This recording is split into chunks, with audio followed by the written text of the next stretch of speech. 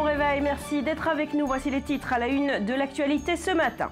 Ils veulent réécrire l'histoire. Les parlementaires britanniques ont adopté haut la main le projet de loi autorisant le référendum sur l'appartenance à l'Union européenne.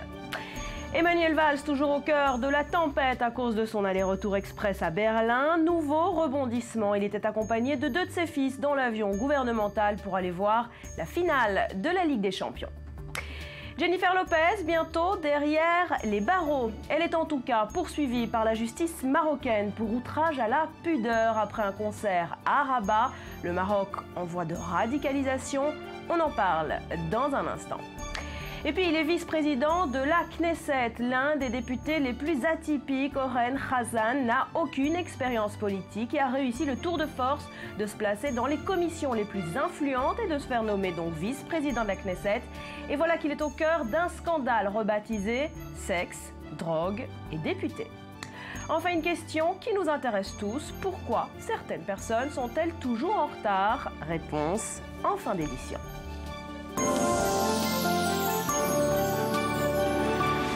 Bienvenue à tous. Le projet de loi pour un référendum sur l'appartenance du Royaume-Uni à l'Union européenne a donc franchi hier haut la main sa première étape au Parlement britannique. Une étape qui pourrait donc mener à une décision historique. Explication Chloé Demoulin.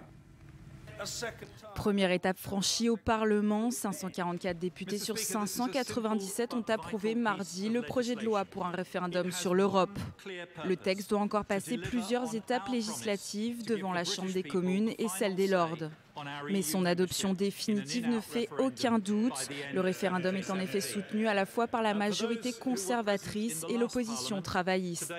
Au sein du Parti conservateur, le projet fait toutefois débat, comme le prouvent les discussions houleuses qui ont agité la Chambre des communes ce mardi. Fort de sa réélection triomphale, le Premier ministre David Cameron souhaite utiliser ce référendum pour faire pression sur ses partenaires européens et ainsi peser sur une réforme des institutions. En fonction de l'avancée des négociations, le référendum pourrait avoir lieu d'ici à la fin 2017. Myriam, c'est une bataille difficile qui s'annonce pour le Premier ministre britannique. Effectivement, et essentiellement une bataille interne britannique, à l'intérieur même du Parti conservateur, pour tout vous dire. Ce référendum, eh bien, c'est un petit peu la première grande épreuve de David Cameron. Et déjà, un mois après ces élections qu'on dit si triomphales du 7 mai dernier, eh bien, se fissure déjà la façade de ce Parti conservateur si fragile et les dissensions s'affichent. On a vu déjà David Cameron rappeler il y a tout juste 2 jours, en marge du G7, ses ministres à l'ordre. Qu'est-ce que cela veut dire, les rappeler à l'ordre?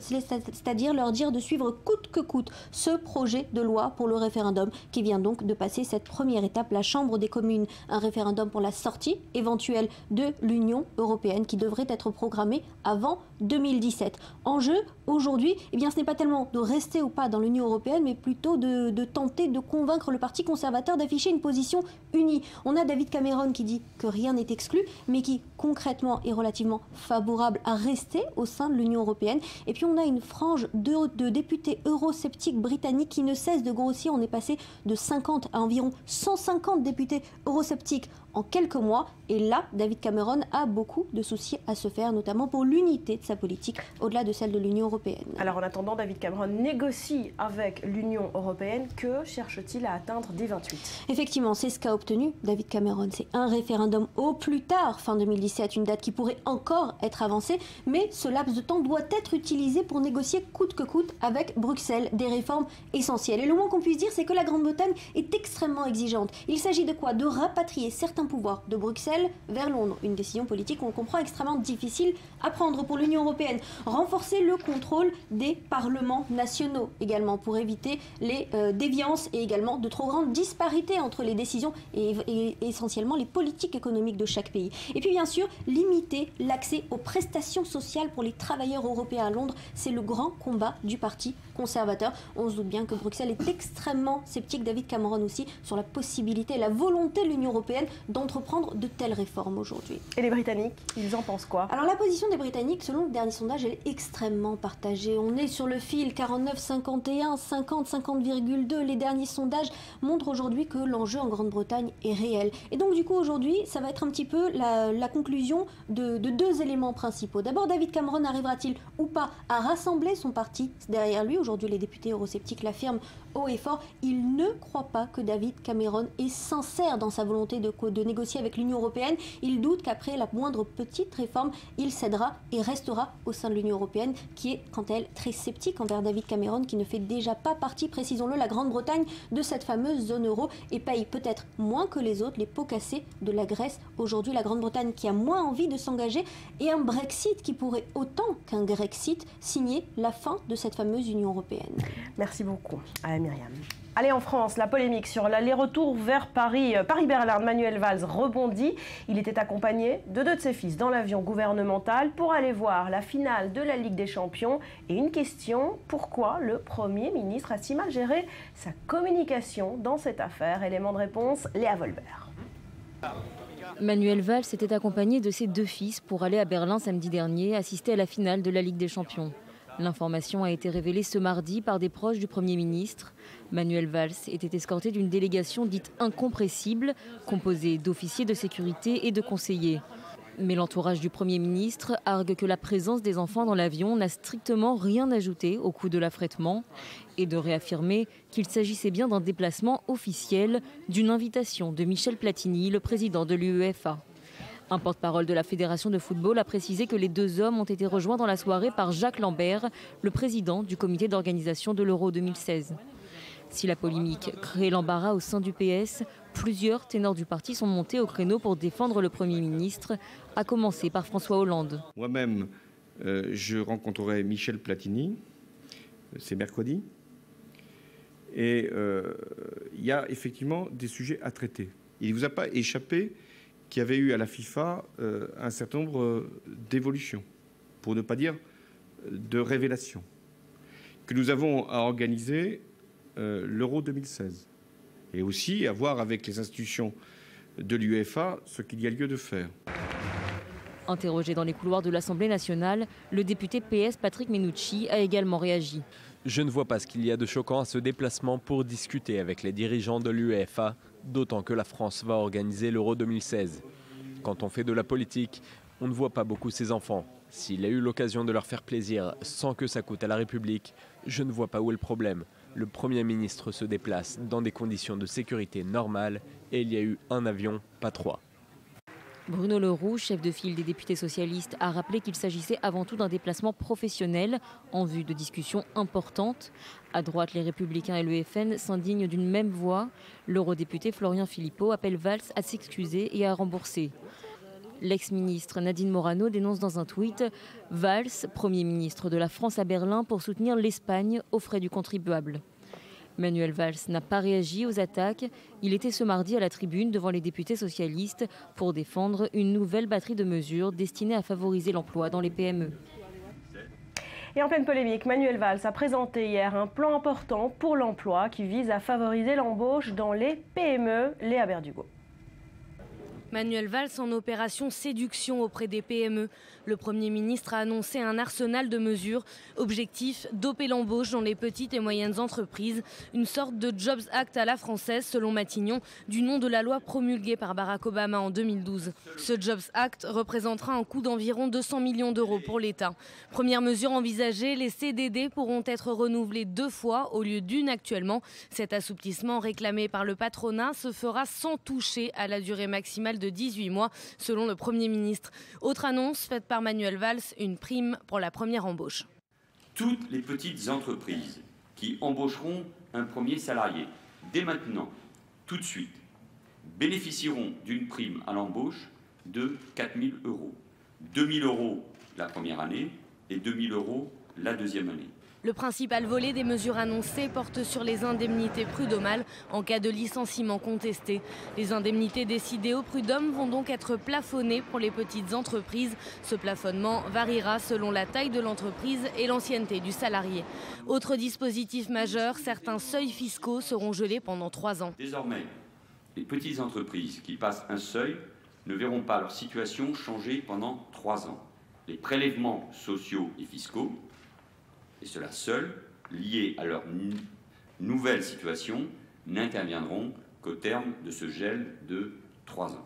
Par ailleurs, tous les seuils fiscaux franchis au 9e ou 10e salarié seront relevés au 11e. Une batterie de mesures destinées à rassurer les TPE et PME s'étant sentie oubliée des récents projets de loi défendus par le gouvernement.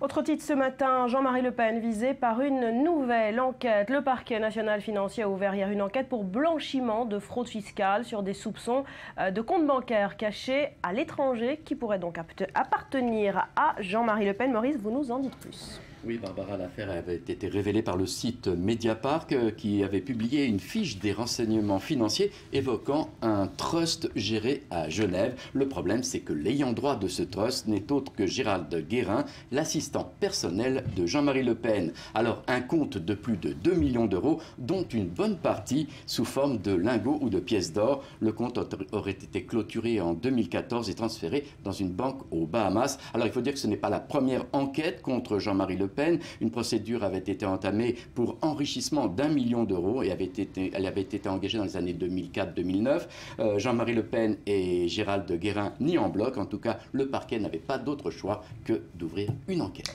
Et toujours à propos de Jean-Marie Le Pen, des images que vous nous rapportez ce matin, un documentaire qui sera diffusé ce samedi sur Public Sénat. Effectivement, c'est le site BuzzFeed qui publie aujourd'hui, ce matin, les premiers extraits de ce documentaire qui sera donc diffusé samedi sur Public Sénat. Alors, le documentaire a été écrit et réalisé par Ali Magoudi et Pierre Jouve, un documentaire exclusif tourné dans les années 87 et 88 et jamais diffusé. TF1 avait évoqué à l'époque un portrait trop élogieux et peut-être même trop séduisant. Est-ce qu'on sait où ont été tournées ces images de Jean-Marie Le Pen sur la planche à voile ? Jusqu'à vérifier, mais le fondateur du Front National, il parle de sa mère avec des larmes, évoque la perte de son œil et sa blessure traumatique et fait de la planche à voile, vous le voyez. Oui. Alors, ce qui est intéressant, c'est qu'il parle ouvertement des bougnoules pour désigner les Arabes. À propos d'Hitler, il raconte que lors de son enfance, Hitler, ce n'était rien. Il justifie également la torture et la gégène, la méthode de torture électrique utilisée pendant la guerre d'Algérie. Et Le Pen confie et assume des propos nauséabond. Vous ne croyez pas qu'il y a une race juive, dit-il? Je crois que c'est évident. Alors le documentaire sera publié donc ce samedi, à ne pas rater sur Public Sénat. Merci Maurice. Allez, on reste en France avec la polémique sur la gestion des migrants à Paris qui se poursuit. Le défenseur des droits, Jacques Toubon, a ouvert une enquête sur l'opération d'évacuation de migrants de ce lundi à Le Pajol dans le 18e arrondissement de Paris, après que les associations de gauche aient dénoncé des violences policières. Ce chiffre accablant à présent, un enfant sur 5 en France vit sous le seuil de pauvreté. UNICEF lance un cri d'alarme sur la situation des enfants et des jeunes dans le pays. Les mineurs sont en effet le plus fragilisés par la pauvreté, l'exclusion sociale et les discriminations. Solal Lazerwal. Chaque enfant compte partout, tout le temps, c'est l'intitulé du rapport publié par l'UNICEF. Inquiétude phare dévoilée dans ce rapport qui édite 36 recommandations, les chiffres de la pauvreté des enfants en France. Ils sont 3 millions à vivre sous le seuil de pauvreté, 30 000 sont par ailleurs sans domicile et 9 000 habitent dans des bidonvilles. Un fléau aggravé par la crise. De 2008 à 2012, 440 000 enfants supplémentaires ont basculé dans la pauvreté. Plus qu'un rapport, c'est un véritable cri d'alarme lancé par l'UNICEF. En dépit d'efforts considérables, la France échoue en partie à l'égard de l'enfance et de la jeunesse.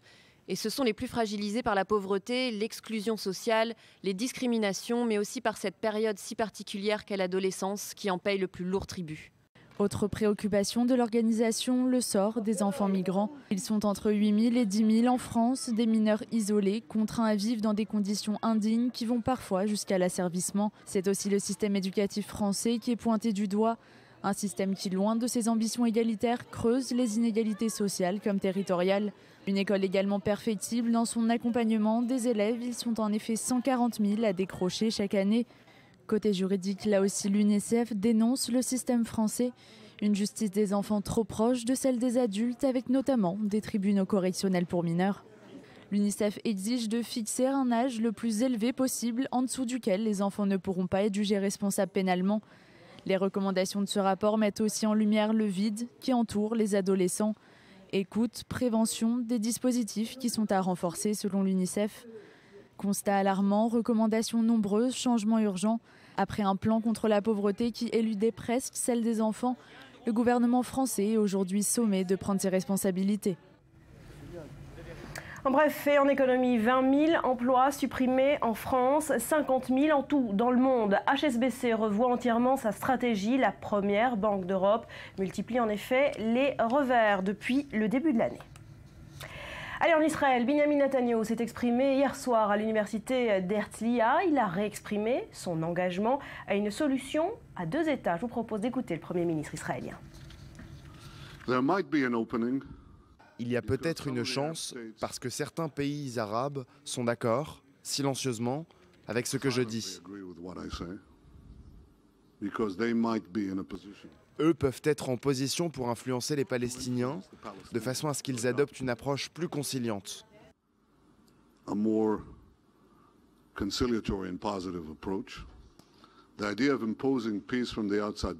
L'idée d'imposer la paix de l'extérieur, de toute façon, ne fonctionne pas. Mais ce qu'elle garantit, c'est que, premièrement, nous résisterons. Deuxièmement, les Palestiniens ne s'asserront pas à la table des négociations s'ils commencent à obtenir des termes inacceptables pour n'importe quel gouvernement israélien et sur lesquels ils peuvent d'autant plus s'appuyer leurs revendications. Pourquoi viendraient-ils négocier ? J'espère qu'ils changeront leur trajectoire. Mais les Palestiniens ont un tour astucieux dans leur sac.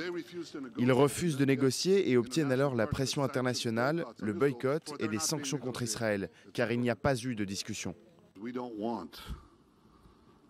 Nous ne voulons pas d'une solution à un État. Je ne veux pas d'une solution à un État. Je reste dévoué à une solution à 2 États pour 2 peuples, comme je l'ai dit à l'université Bar-Ilan.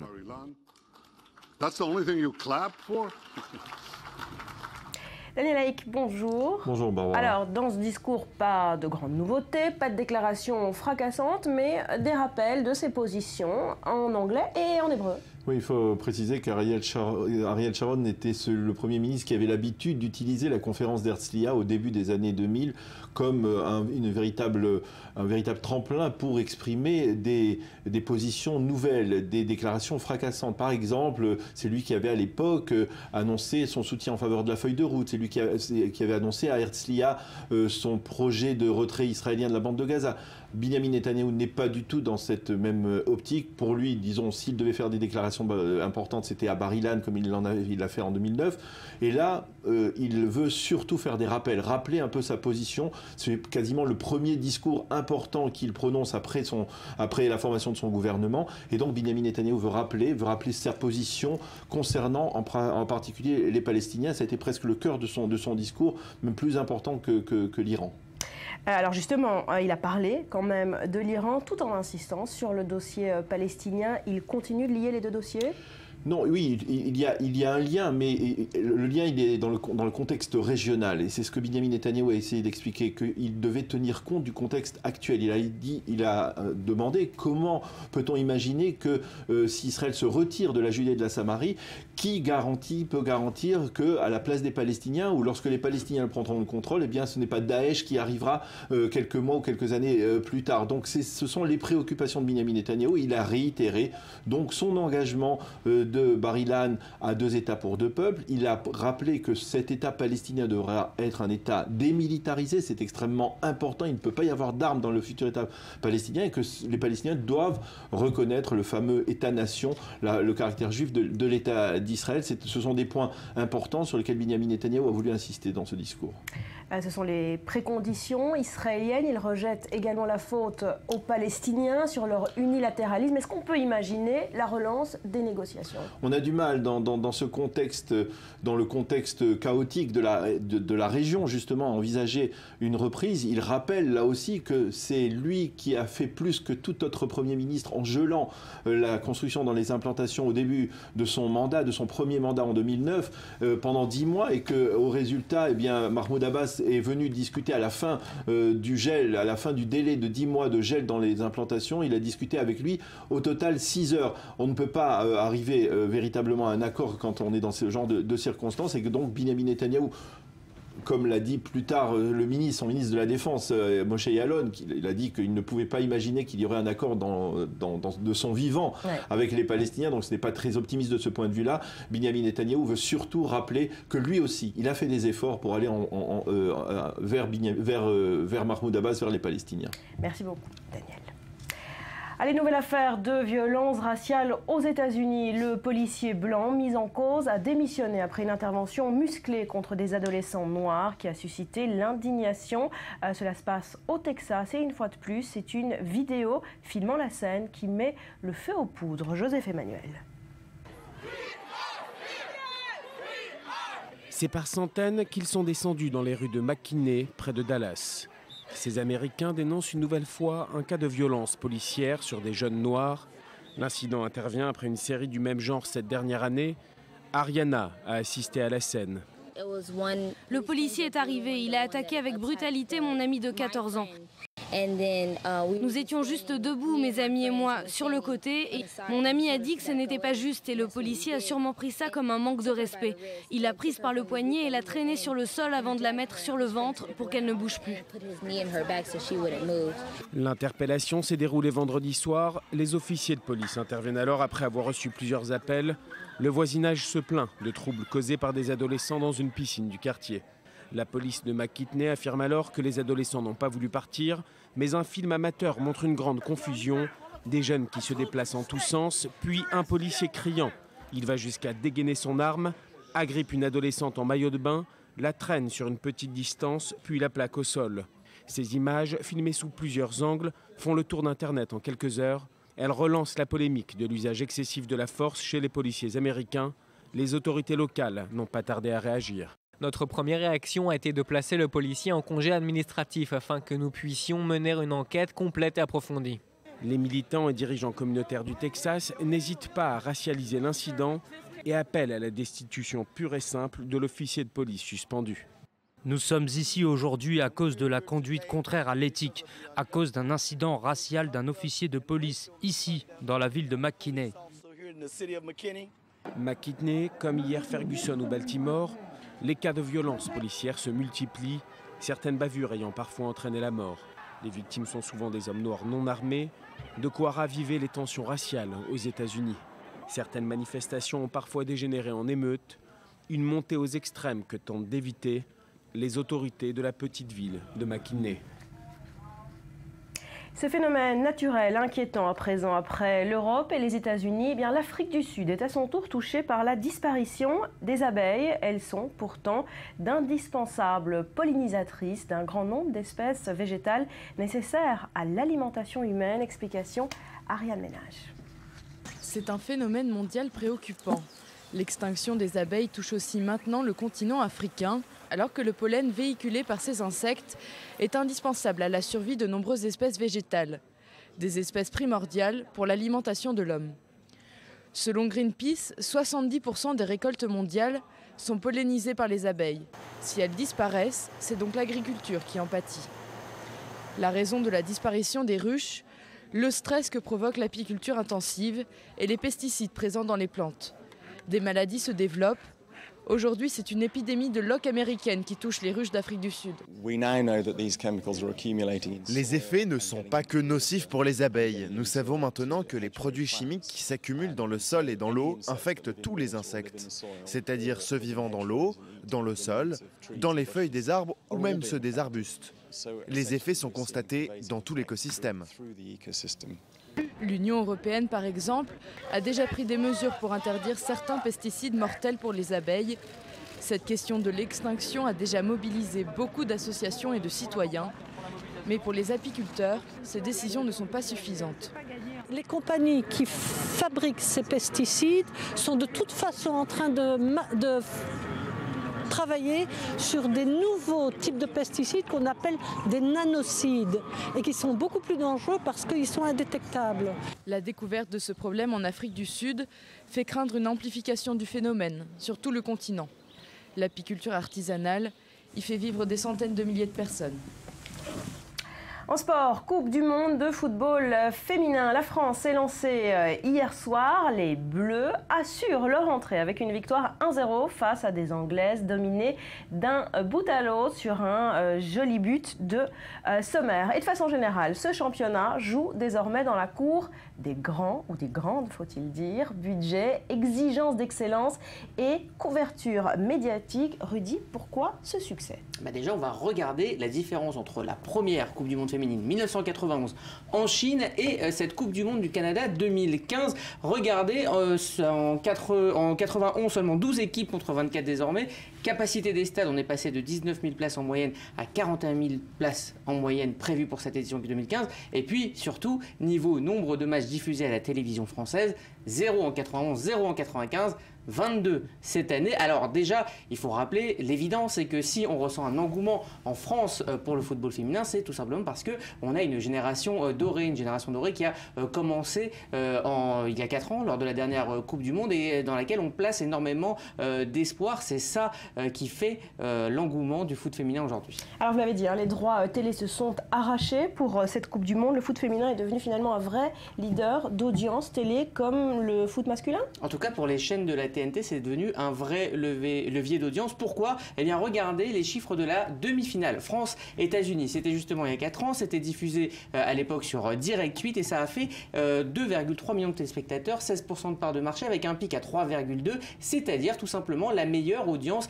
historique de la TNT. C'est énorme. Et cette année, W9 a arraché les droits à D8. Alors on le voit, avec ces droits télé, les enjeux financiers deviennent de plus en plus importants et en parallèle, le contrôle sur la féminité de ces athlètes devient, lui, de plus en plus sévère. Oui, c'est l'Obs Rue 89 qui a consacré un article très intéressant aux normes drastiques qui sont censées justement garantir la féminité des participants, parce que depuis 2011, la FIFA soumet les joueuses à des tests drastiques, des tests de testostérone, et l'ambiance de suspicion pour savoir si les joueuses sont bien des joueuses est vraiment présente. Si vous êtes trop musclé, si vous êtes trop performante, eh bien vous aurez droit à une désagréable série de tests qui sont souvent humiliants et jettent le doute sur les jeunes femmes, et on ose imaginer les conséquences psychologiques que ça peut avoir pour elles. Alors pourquoi cette peur autour de la féminité des athlètes ? Eh bien, tout simplement pour éviter les protestations post-compétition, parce que plus il y a d'argent, plus il y a d'enjeux médiatiques, plus la FIFA veut une compétition propre. Et d'ailleurs, on apprend dans l'article que la Fédération française et la FIFA demandent aux filles de venir maquiller sur le terrain, d'être de plus en plus féminines. C'est-à-dire que pour être une sportive, il faut prouver sa féminité. En bref, en fait, ce qui doit être une véritable fête pour le football féminin, pour le sport féminin, ce qui doit être justement une fête de l'égalité, devient un révélateur du machisme ambiance et à la FIFA et dans les médias. Merci Rudy, c'est bien malheureux. Jennifer Lopez, bientôt derrière les barreaux. C'est à suivre. Elle est en tout cas poursuivie par la justice marocaine pour outrage à la pudeur. On en parle après un nouveau journal qui vous est présenté ce matin par Eleanor Veil.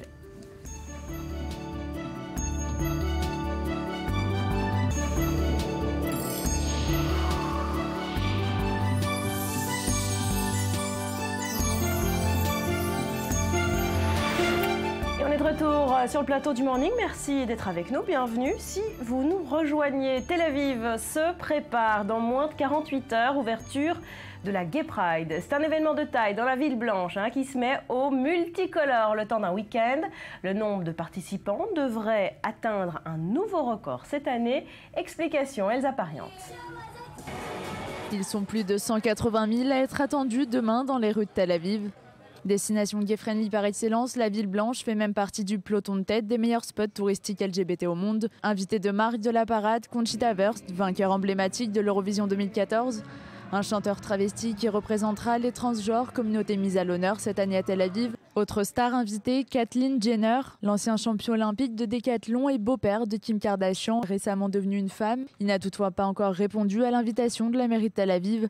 Si la Gay Pride tel avivienne s'annonce toujours plus festive et suivra celle de Sao Paulo qui a réuni plus d'1 million de personnes, c'est un autre état d'esprit qui règne à la Gay Pride de Kiev. Deuxième marche de l'égalité depuis l'indépendance du pays, c'est avec des coups et des jets de pierre que les 200 Ukrainiens réunis ont dû défiler. Militants ultranationalistes, défenseurs des droits des homosexuels, policiers, 9 blessés lors de cette marche soutenue par le président Petro Poroshenko et à laquelle il n'a toutefois pas assisté. Autre scénario en Corée du Sud où la Gay Pride a tout simplement été annulée, tandis qu'une manifestation anti-gay se déroulait dans les rues de Séoul ce jeudi. Conservatisme ou progressisme, chaque pays semble avoir fait son choix. Et on vous retrouve, Julien Baloul, au cœur de Tel Aviv. Alors, plus de 50 000 touristes pourraient répondre présents cette année. Tel Aviv a été élue meilleure ville au monde pour le tourisme gay. Pourquoi Tel Aviv récolte un tel succès?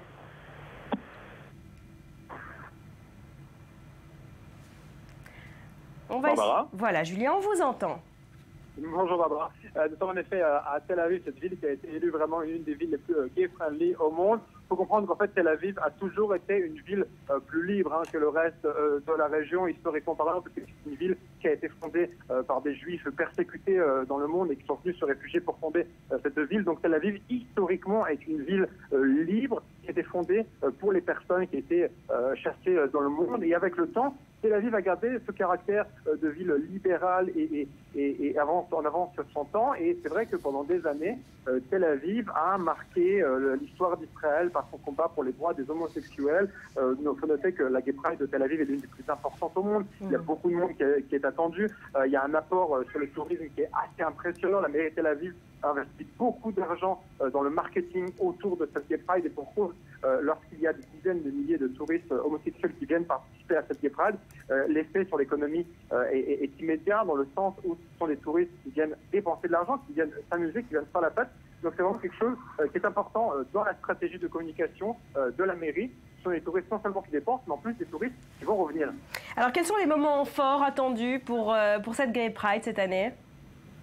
Il y a plusieurs moments forts attendus. Tout d'abord, en ce moment, le mouvement LGBT israélien, la Aguda, fête ses 40 ans d'existence. C'est le moment exactement pour eux de faire le bilan. Le bilan d'ailleurs est plutôt positif pour eux parce que si on regarde l'état des droits des homosexuels en Israël, c'est quelque chose, la situation est quelque chose de très avancé par rapport au reste du monde. Même s'il n'y a pas de mariage civil et de mariage pour tous en Israël, à l'inverse par exemple de pays européens, tous les droits des homosexuels sont reconnus. Lorsque les mariages sont effectués à l'étranger, ils sont reconnus en Israël. Les enfants nés de mères porteuses à l'étranger sont reconnus en Israël. Il y a l'égalité fiscale. Donc là, ce sera vraiment le moment pour le mouvement LGBT de faire le bilan. L'autre moment important, c'est jeudi soir. Il y aura un panel politique qui est attendu avec des ministres, des représentants de tous les partis qui vont venir apporter leur soutien, venir dire peut-être leur position en faveur du mariage pour tous. On verra ça demain soir. Et vendredi, évidemment, la Gay Pride de Tel Aviv qui est très attendue. Voilà, le rendez-vous est pris dès vendredi. Merci beaucoup, Julien. Et de Tel Aviv, on prend la direction de Jérusalem, où l'industrie du textile traverse une crise. Conséquence directe du conflit syrien. La Syrie était l'un des premiers importateurs de tissus pour Israël. Mais 4 ans après le début de la guerre civile, les relations se sont glacées et les commerçants de Jérusalem ont du mal à survivre. Océane Nicole. À Jérusalem, le marché du textile représente une part importante dans l'économie de la ville. Mais depuis le début de la guerre civile en Syrie en 2011, le commerce de tissus de la plus grande ville d'Israël est en baisse. Bilal Aboukalaf est commerçant et constate un net changement depuis le conflit syrien. Nous avions l'habitude d'importer des produits syriens, mais depuis 4 ans, nous avons été affectés parce qu'il n'y a plus de produits. La situation en Syrie ne permet plus aux usines de fonctionner et nos clients souffrent également. Il nous manque beaucoup de tissus qui ne peuvent pas être fabriqués ailleurs parce que l'industrie syrienne est l'une des plus performantes dans le monde. Et malgré le tourisme, les acheteurs se font de plus en plus rares. À cause de la guerre en Syrie, nous ne pouvons plus ramener de produits ni même voyager. Les affaires sont au ralenti et nous n'avons plus aucune relation d'affaires avec la Syrie. Mais j'espère que la situation va s'arranger. Une situation de plus en plus inquiétante pour les nombreux commerçants de la ville, mais Bilal Aboukalaf garde espoir. J'ai ce commerce depuis presque 30 ans. Mon grand-père et mon père travaillaient aussi dans cette fabrication de tissus. J'ai repris l'affaire et j'espère que mon fils continuera lui aussi pour une 4e génération. Depuis le début du conflit syrien, le marché du tissu ne cesse de se dégrader. Plus aucune communication ni transaction ne se fait avec l'État voisin, au grand désespoir des commerçants de Jérusalem. Une question à présent. Jennifer Lopez, bientôt derrière les barreaux. Elle est en tout cas poursuivie par la justice marocaine pour outrage à la pudeur après un concert dans la ville de Rabat. On l'accuse de chansons de mauvais goût et de gestes et d'attitudes suggestives. Oui, un peu trop légère la tenue de Jennifer Lopez, qui était l'une des têtes d'affiche du festival Mawazine au Maroc. Donc, en somme, rien de vraiment nouveau, hein. Barbara, on connaît Jennifer Lopez, sauf qu'au Maroc, ça ne rigole pas, surtout quand le concert est retransmis sur une chaîne publique marocaine. Ainsi, le 2 juin, eh bien, la star a fait l'objet d'une plainte pour outrage public à la pudeur. Et oui, parce que si c'était qu'un problème de tenue, mais il n'y avait pas que la tenue. Prenez par exemple les twerks de Lopez, c'est quand elle remue le popotin de façon frénétique. Offrez-les à 160 000 spectateurs, dont beaucoup très très jeunes.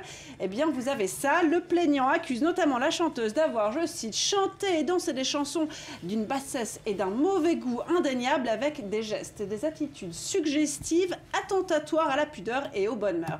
Alors, exagéré, Jennifer Lopez, le débat est ouvert. Allez, je vous laisse juger par vous-même. Voilà un extrait du concert. C'est Jennifer Lopez au Maroc le 29 mai dernier.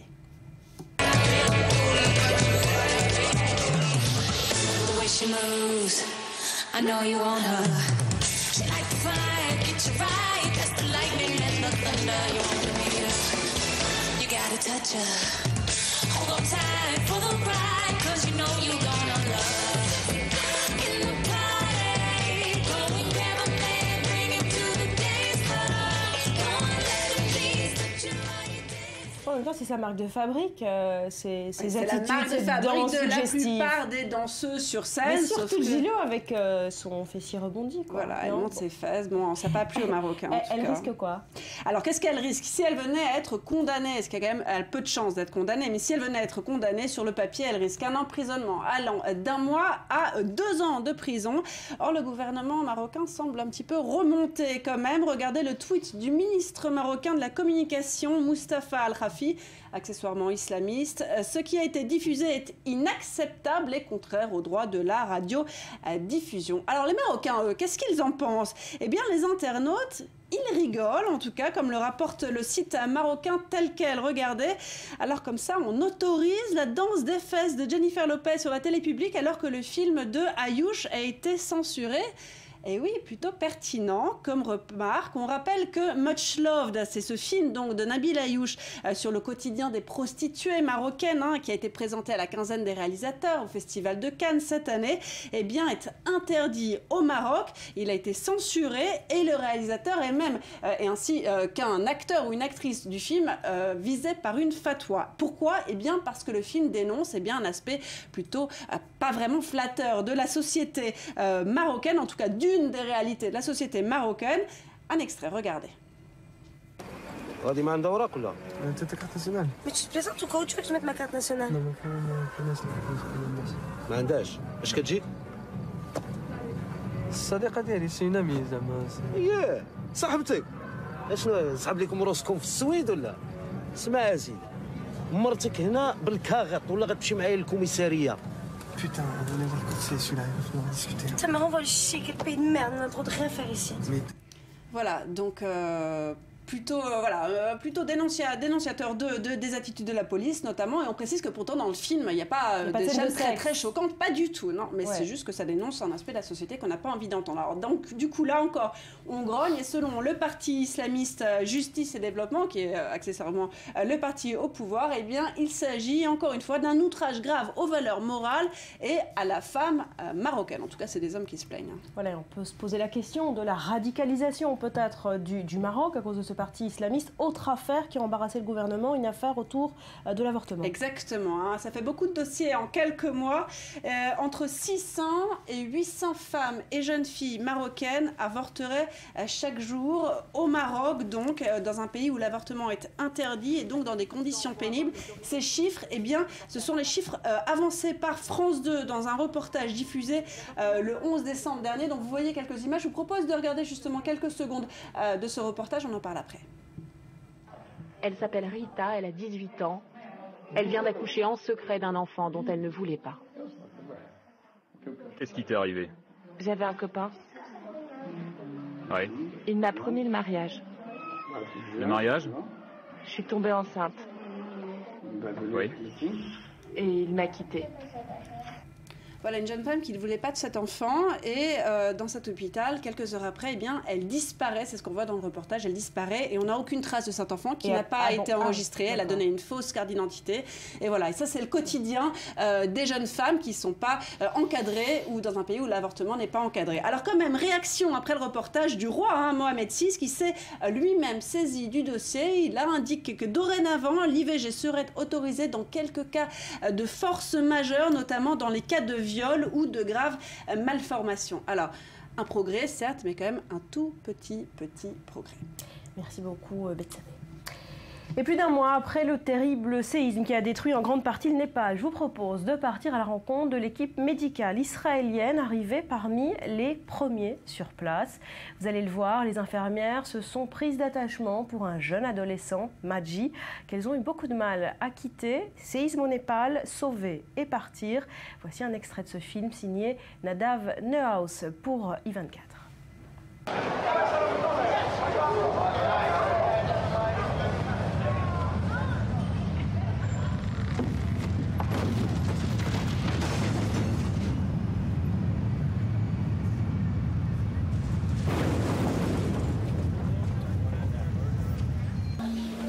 Quelques semaines à peine après le terrible séisme au Népal, la vie semble avoir repris son cours dans les rues de Katmandou. Pourtant, la dévastation est partout. Avec une magnitude de 7,9, le tremblement de terre a laissé une ville défigurée par les décombres.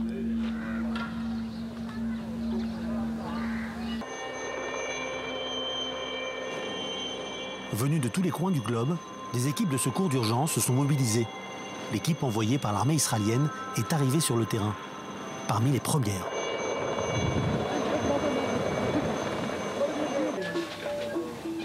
Madji Sagar, un étudiant âgé de 18 ans, a été l'un des premiers patients transportés vers l'hôpital de campagne israélien dès son établissement.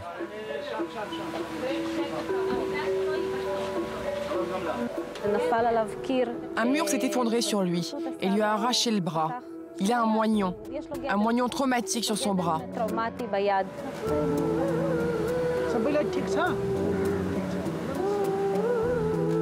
Krishna Kasishawa est un médecin népalais qui effectuait son stage de spécialisation en Israël lorsque le tremblement de terre s'est produit.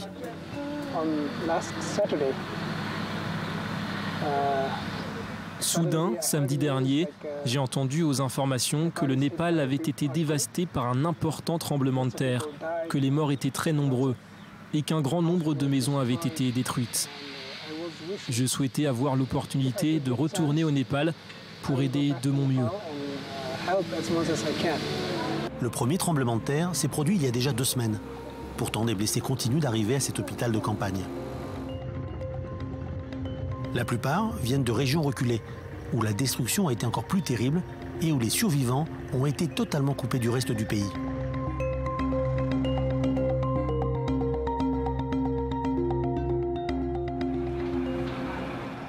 Et vous pouvez retrouver ce film dans son intégralité dans l'émission Reportage présentée par Stéphane Calvo.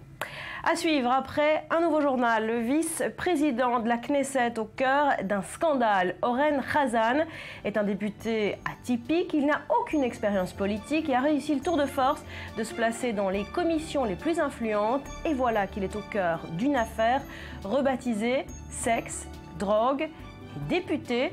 Le détail après un nouveau journal qui vous est présenté ce matin par Eleonore Veil. Restez avec nous.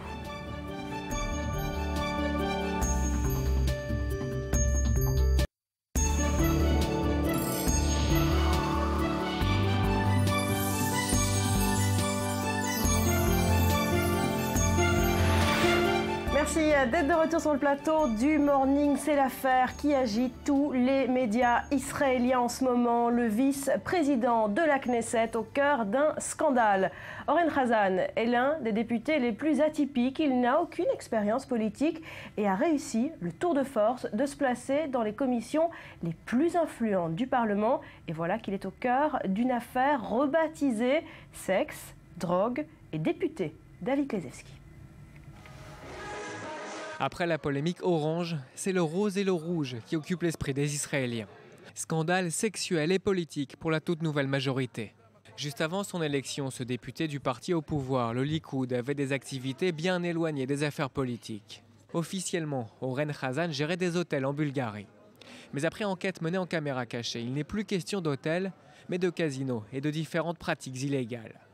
Le nouveau député aurait facilité ou organisé des rencontres entre prostituées et clients de son casino. Ici, le témoignage de l'un des touristes pris en charge avec attention par Oren Khazan, quelques mois seulement avant son entrée à la Knesset.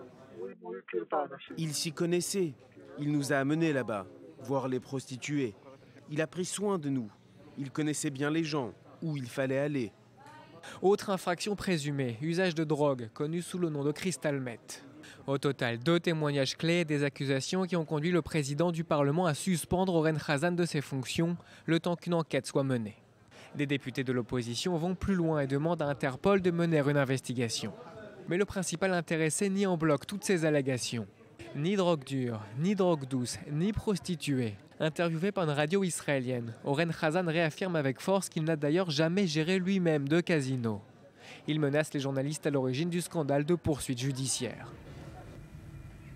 Daniel, comment un tel spécimen, si l'on peut dire, est parvenu à arriver jusqu'au port de la Knesset? Tout à fait légalement, puisqu'il était candidat du Likoud dans ce que l'on peut appeler la niche, la case réservée aux jeunes du Likoud. Et là, c'est le premier problème, il était face à un autre candidat qui était le conseiller de Moshe Feiglin. Et Moshe Feiglin était un ennemi de Binyamin Netanyahou, que Binyamin Netanyahou a voulu neutraliser, il a réussi d'ailleurs à neutraliser. Et au passage, apparemment, Binyamin Netanyahou aurait même recommandé aux jeunes du Likoud de voter pour Khazan contre le candidat proche de Moshe Feiglin. Et donc, Oren Khazan est arrivé à la Knesset tout à fait légalement, au 30e rang de la Knesset. Mais à l'époque, au moment des sondages, au moment de la formation de la liste électorale, on considérait que cette place était totalement irréaliste. Le Likoud était crédité de 20-22 députés au maximum. Donc il n'y parviendrait jamais. On a compris dès que le chiffre 30 est arrivé, a été établi, 30e de la liste, on a vu Oren Khazan et on savait qu'il y avait un problème au Likoud. Depuis ce jour-là, on se débat avec un embarras face au phénomène Oren Khazan, qui est lui-même le fils d'un qui député. est lui-même le fils d'un député qui lui aussi a eu des bras avec la justice parce qu'il avait effectué un double vote lors des votes électroniques à la Knesset. Donc c'est dire il y a une forme d'hérédité dans la problématique et c'est tout à fait particulier. Alors justement, ils sont tous deux les participants. Même la mère est très connue au Likoud, enfin toute une famille. Voilà. En tout cas, le père et le fils sont les participants du clip de campagne d'Oren Khazan pour se faire élire aux primaires du Likoud. Ça va nous permettre de mieux cerner le personnage. C'est surréaliste. On regarde.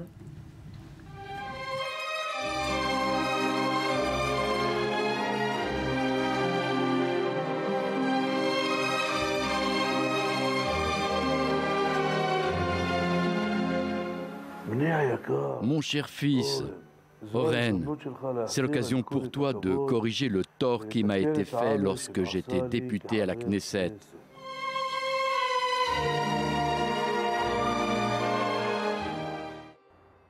Papa, tout le monde sait que Baron a voté 2 fois et c'est toi qui as payé le prix. Sonny, mon fils, je compte sur toi pour faire le travail et tout Likoudnik véritable votera pour toi. Voilà, on dirait une satire finalement. C'est pas une satire, c'est tout à fait sérieux, c'est la réalité. Et donc aujourd'hui, maintenant, le Likoud doit faire face à cette problématique. Dans l'embarras total, est-ce que le Likoud peut limoger Oren Khazan? On ne peut pas limoger un député. Un député est député à partir du moment où il est élu, il ne peut pas être limogé. Il peut lui-même démissionner, mais par contre, on peut le suspendre. On peut le suspendre des activités. Et là aussi, il faut rappeler que Oren Khazan, en menaçant Binyamin Netanyahou, au moment où Binyamin Netanyahou était affaibli par cette coalition de 61 députés, est allé voir Binyamin Netanyahou, il lui a demandé d'être vice-président de la Knesset, membre de plusieurs des commissions comme influentes, des affaires étrangères, de la défense, de la Knesset et des finances, et donc il est membre de toutes ces commissions. Le président de la Knesset peut le neutraliser en l'empêchant d'agir, en l'empêchant d'être actif dans ces commissions. C'est la seule chose que l'on peut faire. Yuli Edelstein. Yuli Edelstein, et il s'est en contrepartie, Oren Khazan a menacé menacé de le poursuivre et de révéler des affaires sombres sur son passé. C'est dire, donc voilà qu'il y a un personnage. Si par contre Oren Khazan était poursuivi par la justice, s'il commettait une erreur, une infraction à la loi, alors peut-être à partir du moment où il serait condamné par la loi, il serait obligé de démissionner de la Knesset. Voilà, grand embarras en tout cas à la Knesset. Maurice, merci Daniel. On passe en revue avec vous les grands titres des journaux du Moyen-Orient ce matin et en Israël. C'est évidemment Oren Khazan, l'affaire Khazan qui fait la une. Absolument, Barbara. Et Yediot Ahronoth pose la question, comment en est-on arrivé là? Question au député Likoud Oren Khazan. Le tout jeune député nommé vice-président de la Knesset est soupçonné d'avoir géré un casino en Bulgarie et d'être impliqué dans des affaires de drogue et de prostitution. Oren Khazan nie tout en bloc, en tout cas dans l'embarras. Le président de la Knesset, affirme Yediot Ahronoth, a suspendu la jeune étoile du Likoud de ses fonctions de vice-président. Quant à la Bulgarie, elle ne souhaite pas qu'Oren Khazan préside les amitiés israélo-bulgares. Arrête avec vulgarité, culot et sans aucune limite. Le député a même surpassé son père, écrit le quotidien. Yehiel Khazan, le père d'Oren, avait été reconnu coupable d'avoir voté 2 fois lors d'une assemblée plénière de la Knesset en 2003 et aurait ensuite été pris en train de forcer un entrepôt de la Knesset où des preuves étaient conservées. Mais soupçonné de prostitution, de drogue et de corruption, le fils a fait bien mieux que le père, écrit Haaretz. Alors Israël Hayom parle d'une autre affaire, on parle de boycott de théâtre et d'arabe israélien. Exactement, Israël Hayom parle d'Oren Khazan, mais aussi de l'affaire Norman Issa. Hier, Israël Hayom avait révélé que l'acteur fondateur du théâtre de Jaffa refusait de se produire dans les implantations de la vallée du Jourdain. Aujourd'hui, l'affaire prend un parfum de scandale politique avec l'intervention de la ministre de la Culture. Miri Regev a annoncé que l'État ne subventionnera plus les artistes qui délégitiment Israël. Au Liban, l'Orient, le jour revient sur les succès de l'État islamique. Oui, effectivement, Barbara, un an après la prise de Mossoul, quelles sont les raisons de la puissance de l'organisation islamique, se demande L'Orient le jour. Une montée en puissance qui peut s'expliquer par plusieurs facteurs.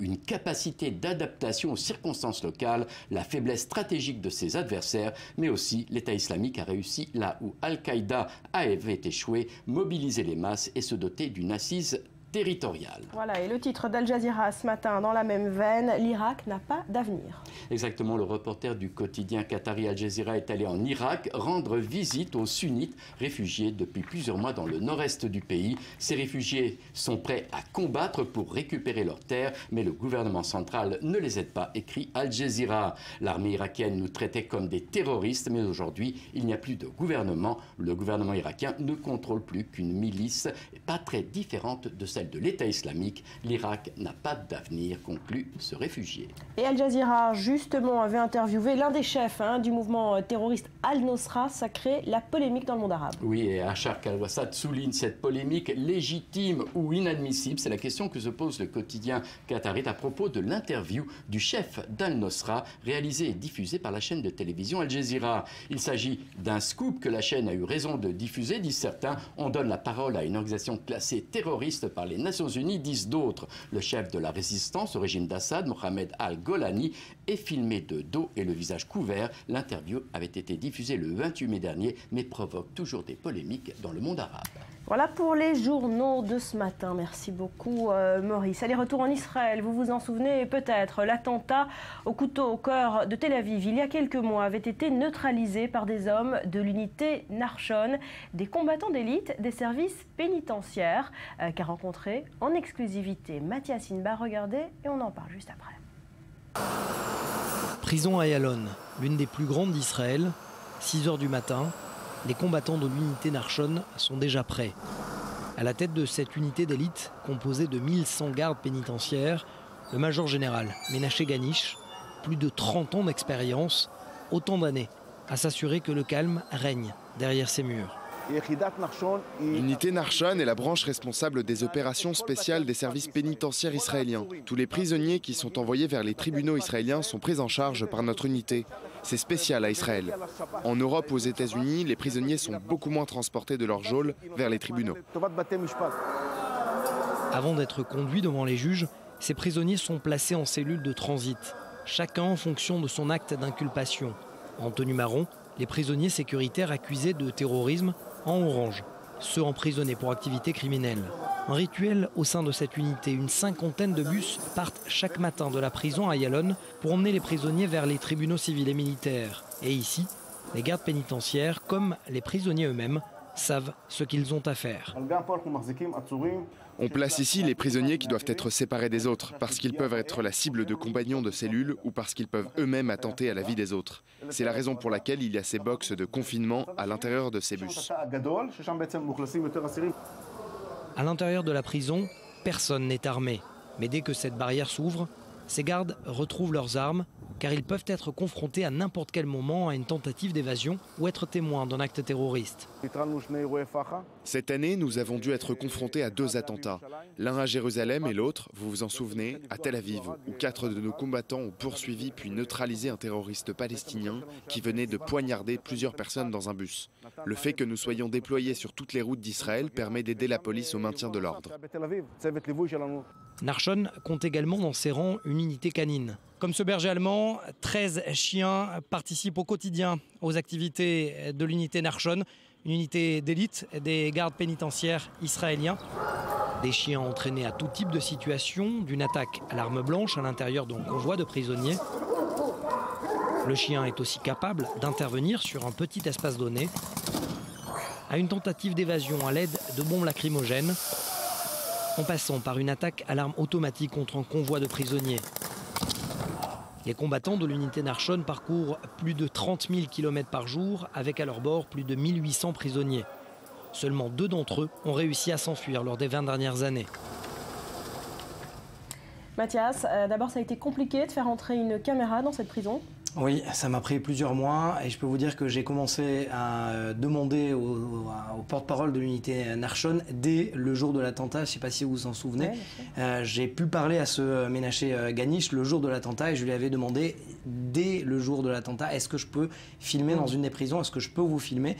Ça m'a pris donc presque 6 mois pour obtenir un accord parce que, vous le comprenez bien, il y a et des prisonniers de droit commun, donc des prisonniers criminels, et surtout des prisonniers de type sécuritaire, à savoir des terroristes du Fatah, du Hamas, qui ont, pour certains parmi les gens que vous avez vus, eh bien, ont plusieurs sentences à vie. Et donc vous comprenez la difficulté de faire rentrer une caméra. Alors pourquoi les services pénitentiaires ont besoin d'une unité d'élite finalement ? Tout simplement parce que c'est propre à Israël. Là où aux États-Unis, en Italie, en Europe, il y a quelques déplacements à peine et c'est très dangereux de faire déplacer des criminels dans un bus de leur prison vers les tribunaux. Eh bien c'est propre, c'est l'attribution des services de Nachshon, à savoir ils sont obligés, contraints de déplacer tous les jours, je le dis bien, 1800 prisonniers depuis les prisons vers les tribunaux. Pour donner un exemple complètement fou où la démocratie peut-être parfois va trop loin, si un prisonnier par exemple habite Beersheva et qu'il est emprisonné dans le nord, il a le droit de porter réclamation auprès du tribunal pour essayer d'être déplacé vers une prison de Beersheva. Vous comprenez donc bien que les unités Nachshon sont obligées de le prendre du nord pour l'amener à Beersheva. Pour que sa famille puisse lui rendre visite plus facilement. Exact. Et donc cela signifie donc une ultra-protection de toute cette route depuis le nord vers le sud.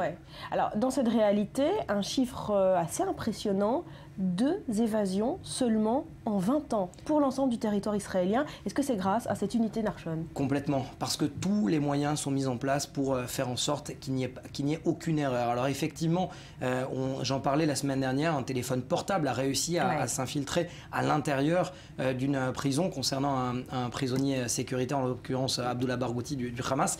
Mais il y a quasiment une tentative d'évasion par jour. C'est ce que me disait Ménaché Ganish, sauf qu'il y a énormément de moyens qui sont mis en place pour les empêcher. 2, une dans une prison, une autre à l'intérieur de ces convois que vous avez vus. C'est la raison pour laquelle d'ailleurs les unités canines ont été mises en place.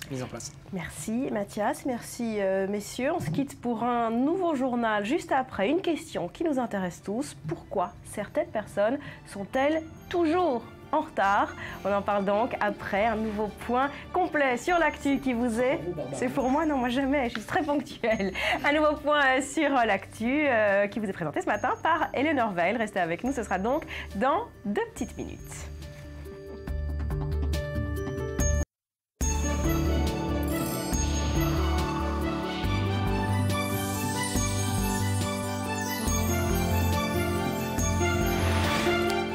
retour sur le plateau du Morning. Merci d'être avec nous. Il y a tout juste 40 ans, sortait sur grand écran un film qui allait devenir culte. Il s'agit des Dents de la Mer de Steven Spielberg, référence en matière de film d'horreur. Retour sur un phénomène avec Ayman Siksik et Léa Volbert. C'est l'une des musiques de films les plus célèbres, celle des Dents de la Mer, le thriller de Steven Spielberg, une référence pour les amateurs de grands frissons. Un film qui marquera un tournant pour le jeune réalisateur, encore méconnu à l'époque. Et premier défi d'envergure pour cette grande production sortie en 1975, réunir le bon casting. En général, je demande à l'acteur de surjouer pour que je puisse ensuite le modérer. Je n'aime pas travailler avec des acteurs qui font preuve de retenue. J'aime qu'ils soient énergiques. Cette année, le redoutable Monstre des mers fêtera ses 40 ans. L'occasion pour les studios Universal Pictures de ressortir le film en salle, une sortie prévue fin juin. Les Dents de la Mer, c'est aussi un succès commercial. Considéré comme le premier des grands blockbusters de l'été, le film aura rapporté plus de 450 millions de dollars, soit près de 50 fois son budget original. Une réussite inattendue pour le jeune Spielberg. Si j'avais imaginé que ce serait une production à plusieurs millions de dollars avec tout l'équipement et la responsabilité que cela implique, j'aurais pété les plombs. Le film aura eu également des conséquences imprévues. Cette année-là, les baigneurs avaient largement déserté les côtes américaines, un phénomène connu sous le nom d'effet Dents de la Mer. Mais les spectateurs terrifiés avaient-ils réellement de quoi s'inquiéter ? Spielberg révélera plus tard que le requin mécanique utilisé pour le tournage était presque impossible à manier. Le réalisateur avait surnommé la machine Bruce, du nom de son avocat. Et pour cause, le requin ne faisait presque jamais son travail.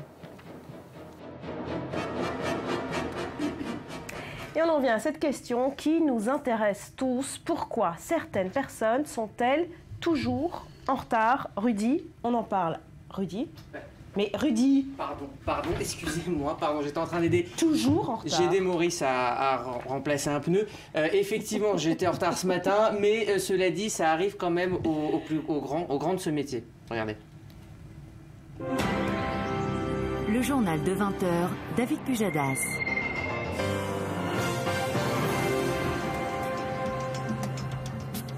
Hein?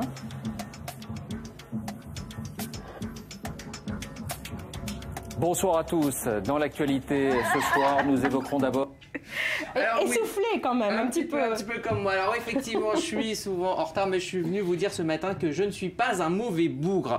Plusieurs articles. Moi j'espérais qu'il allait nous dire je ne serai plus en retard parce que vous êtes très en retard. Je ne peux pas vous le promettre.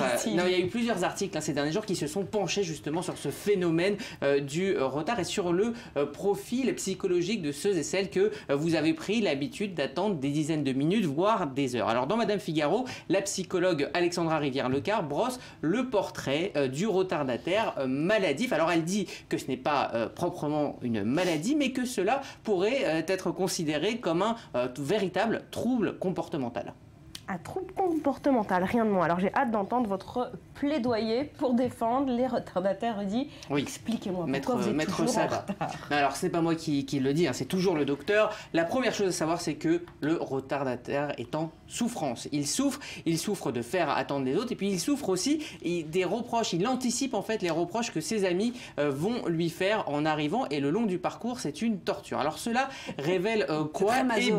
Eh bien, cela révèle, regardez, un manque d'affirmation de soi. Le retardataire vous dira toujours parfait pour 13 heures, alors qu'il ne pourra pas y être, c'est-à-dire qu'il ne s'affirme pas. Il ne dit pas moi j'ai mon emploi du temps, et il va toujours essayer de s'adapter à l'emploi du temps des autres, et donc il ne s'affirme pas. Il n'ose pas dire non, et il tente de satisfaire tout le monde. Alors cela révèle deux choses: une grande générosité, mais aussi une vision totalement irréelle du temps. En clair, on espère que cela va être possible. Et puis un dernier point, c'est une manière de tester l'affection des proches. Oui, absolument. Si j'arrive souvent en retard et qu'on me pardonne mon retard avec un petit sourire et puis un petit soupir, eh bien c'est une manière de vérifier que nos amis ou nos collègues nous aiment vraiment. Mais attention, il y a deux types de retardataires très différents, voire carrément opposés. Alors soit ils sont ultra optimistes, ils ont l'impression que tout va pouvoir se faire dans les temps, soit ils sont ultra perfectionnistes comme le youtubeur Norman.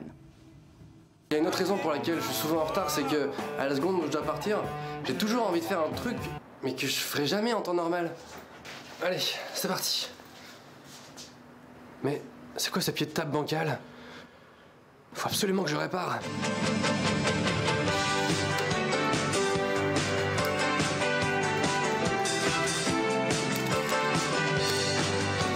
Ok, c'est bon, je peux y aller. Rudy, vous êtes optimiste ou perfectionniste? Les deux. Les deux. Non, mais ça, c'est vraiment du vécu. C'est du vécu. Vous savez que si vous avez un pied de table à faire réparer, vous savez à qui vous adresser. Ou quand le faire, au dernier moment. Bon, je vais presque finir par vous pardonner. D'ailleurs, je vous pardonne, hein, d'habitude, tous les matins. Dernier argument? Oui, toujours, d'après la psychologue, eh bien, le retard, ce n'est pas de ma faute, ça pourrait être héréditaire, c'est-à-dire hérité de vos parents. Si vos parents ont toujours été en retard, eh bien, vous aussi, vous serez en retard, mais il y a un mais, car ça peut aussi être l'inverse. Psychologiquement, ça peut être un rejet. Si vous avez été traumatisé par vos parents qui vous amenaient en retard à l'école, eh bien, vous allez devenir un ultra ponctuel et détester le retard. Et on va terminer par une bonne nouvelle. Le retard n'est pas une fatalité. Vous pouvez vous en défaire, et le retardataire, quand il veut arriver à l'heure, eh bien, il le peut, et il le fait. Par exemple, pour un rendez-vous administratif important, un retardataire sait arriver à l'heure, et c'est peut-être ça le plus énervant pour ceux qui ont pris l'habitude de les attendre. Bon, allez, le pari est pris pour demain. Oui. Merci beaucoup, Rudy. À la direction le Pakistan. Depuis quelques années, eh bien, la bande dessinée se politise. C'est un moyen intellectuel de lutter contre les talibans. Un groupe d'artistes a lancé un album BD pour préserver les jeunes de l'embrigadement dans l'extrémisme religieux et dans le djihad. Explication, Johan Jameta. Écarter les jeunes de la tentation islamiste avec une bande dessinée. Une initiative originale derrière laquelle se cachent deux Pakistanais amateurs de graphisme. Dans leur pays, l'influence des intégristes musulmans et des talibans est une menace pour la société civile. En décembre dernier, 150 personnes, la plupart des enfants, ont été massacrés par un commando de talibans dans la ville de Peshawar. Un événement traumatisant pour l'un des créateurs de la bande dessinée. Ça a été un moment crucial pour nous. On s'est réunis avec Goher et j'ai dit qu'il fallait vraiment faire quelque chose à ce sujet. On a participé aux veillées avec Yahya et on y allait le soir après le travail. On y tenait notre bougie et tout, mais on avait le sentiment que c'est très bien de faire ça, mais on voulait faire davantage. La prochaine étape, c'était vraiment de créer une histoire, quelque chose qu'on pouvait vraiment tenir dans ses mains et dire voilà où ça commence, voilà où ça mène et voilà comment on s'en protège. Leur bande dessinée, Les Veilleurs, raconte l'histoire d'un groupe de jeunes étudiants dont l'un des membres se rapproche dangereusement des cercles islamistes. Un scénario inspiré par l'expérience de l'un des dessinateurs, poussé à rejoindre le djihad islamique alors qu'il était encore à l'école. Moi-même, quand j'avais 13 ans, j'ai été confronté à une figure d'autorité, un professeur qui était très charismatique, qui présentait le monde en noir et blanc, avec une division très claire entre la civilisation occidentale et les lois de la civilisation islamique. Avec cette bande dessinée, les auteurs espèrent agir contre toute tentative de radicalisation religieuse dès l'adolescence, à un âge où le discours intégriste est tout aussi influent. Allez, un mot de sport quand même. Le footing, c'est bon pour le corps et c'est bon aussi pour le prêt-à-porter. Basket, tenue d'entraînement, le marché du textile surfe sur la vague pour le bonheur des fabricants et surtout des coureurs. Eh oui, et puis ce qu'il faut savoir que la course n'a jamais été aussi populaire. 20% des 25-34 ans pratiquent le footing selon l'étude Esprit Running Caisse d'épargne qui date de mars 2013. Entre-temps, on imagine que la proportion s'est au moins accentuée. Du coup, eh bien, les marques, eh bien, qu'est-ce qu'elles font? Elles surfent, regardez, sur cet engouement, et c'est un marché en pleine expansion auquel on assiste. Et qui nous profite à ceux qui courent. Plus besoin d'acheter sa brassière 40 € chez Adidas pour échapper au modèle un peu trop sportif, voire asexué de Decathlon. Vous avez maintenant des marques qui sont accessibles et à la mode, comme H&M. Et voilà, j'allais y venir, qui nous proposent désormais une large gamme de produits qui ne sont pas, même s'ils ne sont pas tout à fait à l'usage des professionnels, eh bien font tout à fait l'affaire pour courir une demi-heure ou une heure.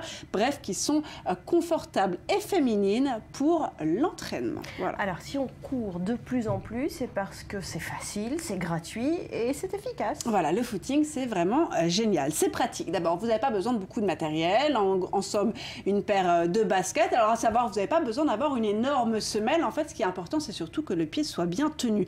Vous pouvez courir quand vous voulez. Hein. Pour les gens qui n'aiment pas être à l'heure ou ne pas être en retard, eh bien, plus besoin d'aller à la gym aux horaires indiqués sur la feuille XL. Vous sortez quand ça vous chante, à condition quand même d'être à jeun et aussi de ne pas avoir de fièvre. Les effets, eh bien, tout d'abord, de courir, ça évite les retards, hein, puisque vous devenez un petit peu plus dynamique. Dans nos vies stressées, c'est idéal pour se vider la tête. Et oui, en plus que vous avez des sécrétions d'endorphine et d'adrénaline qui vont entraîner une sensation de bien-être général. Ça renforce le cœur, ça améliore l'espérance de vie, ça booste l'immunité en plus. Enfin, ça muscle tous les endroits qu'on aime. D'abord, ça galbe le haut du corps, ça muscle les fessiers, les cuisses, ça muscle évidemment les mollets. Bref, ça concerne tout le corps et comme il faut. Et en plus, ça muscle de façon longiligne. C'est-à-dire qu'au lieu de vous faire des grosses cuisses, ça va vous allonger les jambes, ce qui est quand même le souhait de la plupart des femmes. Et puis, cerise sur le gâteau, comme les gens qui font du footing ont leurs petites habitudes, eh bien, vous pouvez faire des rencontres accessoirement, puisque les gens sortent à la même heure, au même endroit. Bref, si vous avez repéré un jogger, vous savez comment le rencontrer. Juste courir à la même cadence. Voilà, exactement, ou alors dans le sens inverse, voire éventuellement se heurter discrètement. Enfin, on n'oublie pas de s'échauffer, c'est quand même la règle numéro 1 du footing. C'est quoi la différence entre le footing et le jogging? Mais en fait, c'est la même chose. Ah, c'est la même chose? Enfin, oui, ou alors j'ai loupé l'info. Ouais. Je vais poser la question à un professionnel. Régis Gaël, vous êtes coach sportif. Bonjour, merci d'être avec nous. Dites-nous tout alors. Maintenant qu'on a tous très envie d'aller courir, on commence comment? On sort de chez soi et on court? Allô? Vous m'entendez? Je vous entends, oui, maintenant je vous entends. Alors, je vous demandais comment faire pour se mettre au jogging, au footing. On commence comment? Alors, on commence par s'équiper avec une bonne paire de chaussures. Parce que si on commence le footing, c'est que généralement, soit on a un petit peu de poids à perdre, ou alors on a décidé de s'y mettre alors qu'on ne courait pas. Donc, il faut avoir une bonne paire de running, une paire de chaussures adaptées avec de l'amorti pour éviter de se faire mal en commençant à courir. Donc ça commence par un équipement. Oui. Et après, il suffit d'aller courir, éventuellement d'apprendre un petit peu sur les premières séances à respirer correctement. Mmh. Combien de temps, Régis, combien de temps faut-il courir la première fois ou de manière générale? Il y a un minimum de minutes de course pour que ce soit efficace? Oui, il y a un minimum, et les premières fois, il faut respecter ce qu'on appelle le test de la parole. Donc pouvoir courir, pouvoir parler éventuellement en courant, ça donnera une indication déjà que le rythme cardiaque n'est pas trop haut, et pour éviter de se fatiguer dès les premières séances. Bon, on va s'y mettre. Merci beaucoup Régis pour ces indications. Allez, on finit cette édition par un projet unique au monde. Ça se joue en ce moment au Colisée de Rome pour les besoins d'un film américain. Un monte-charge destiné à hisser les fauves des lions dans l'arène a été installé, des cages semblables à celles utilisées dans l'Antiquité. Explication, Solal Azerwal. Au Colisée de Rome, retour de la cage aux fauves. Il y a 20 siècles, ce monte-charge fonctionnait à plein régime. Les citoyens venaient admirer le spectacle du Colisée avec fauves et gladiateurs. Dans le plus grand amphithéâtre de l'Empire romain, 28 cages de 7 mètres de haut. Hissées par un ingénieux système de poulies, chaque monte-charge soulevait 300 kg. La poulie était activée par 8 personnes, 4 à l'étage inférieur et 4 à l'étage supérieur. La cage commençait alors lentement à monter, mais c'est une cage pour animaux, pas pour les hommes. 15 mois et 200 000 € pour cette machine à remonter le temps. Plutôt que construire une machine qui serait détruite après le tournage, la directrice du Colisée propose de l'utiliser comme attraction touristique. D'un côté, nous avons la cage et de l'autre, les lions étaient gardés dans des petits couloirs étroits afin qu'ils ne puissent pas repartir en arrière, mais seulement aller devant eux. L'animal entrait dans la cage et à côté de la cage, il y avait des hommes qui activaient la poulie pour remonter la cage vers la scène. Sur scène, lions, ours, loups, mais aussi sangliers et antilopes servaient de proie aux gladiateurs. En une décennie, le nombre de visiteurs du Colisée est passé d'1 million à 6 millions. Entre autres grâce au succès du film Gladiator de Ridley Scott. La cage aux fauves mise en place par le réalisateur Gary Gliessman augmentera sans doute encore l'affluence touristique du Colisée. Voilà, c'est la fin de cette édition. Rudy, aidez-moi. Non, ce sont les fauves. Les fauves nous ont beaucoup fait rire. Voilà, alors merci. Merci les amis. Voilà, on est tous très émus. On va aller courir. Merci à vous d'avoir été avec nous. On se retrouve dès demain avec grand plaisir. Tout de suite, un nouveau point sur l'actu. Restez sur i24 News. Passez une belle journée. Portez-vous bien.